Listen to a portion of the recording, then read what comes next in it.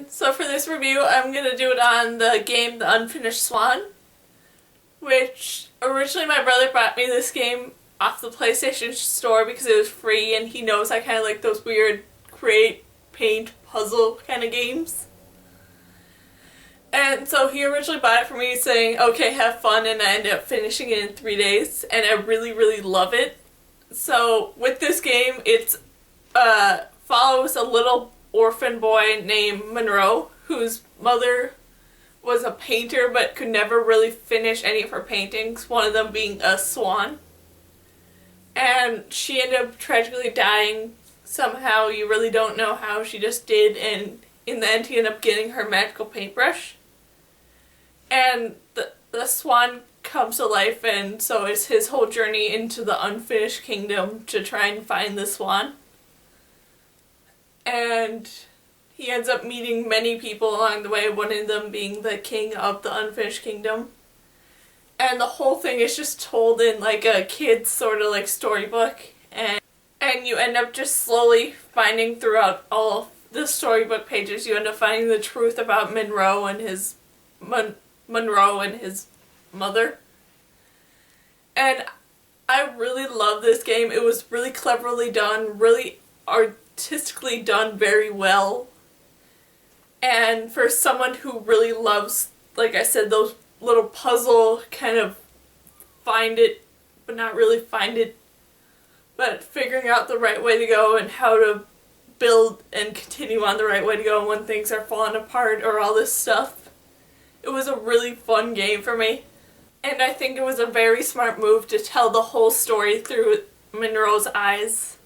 And just following the whole story plot and figuring out everything alongside Monroe as you are him and trying to find the swan and everything else. And also as someone who doesn't really like to just keep going straight down the path of where you're supposed to go until you finish, but someone who likes to explore the whole entire map as much as possible. I really like the job of having the two tasks of collecting all the balloons and collecting all the storybook pages.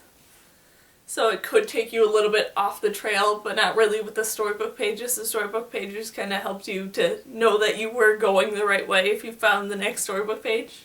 And both of the balloons and storybook pages coming from someone who got all but 3 balloons and all but 1 storybook page in the first go, which I'm still very ashamed of myself for not getting that storybook page, because going back it was such an obvious place for it to be, but somehow I missed it. And overall they just did a very good job at slowly making the game in each area and level harder and harder. So I'm very happy with that, but it did make it very kind of scary at the very end, night level. And if you have a PlayStation 3, I highly recommend you get this game. I believe at the store right now it is $14.99, I want to say.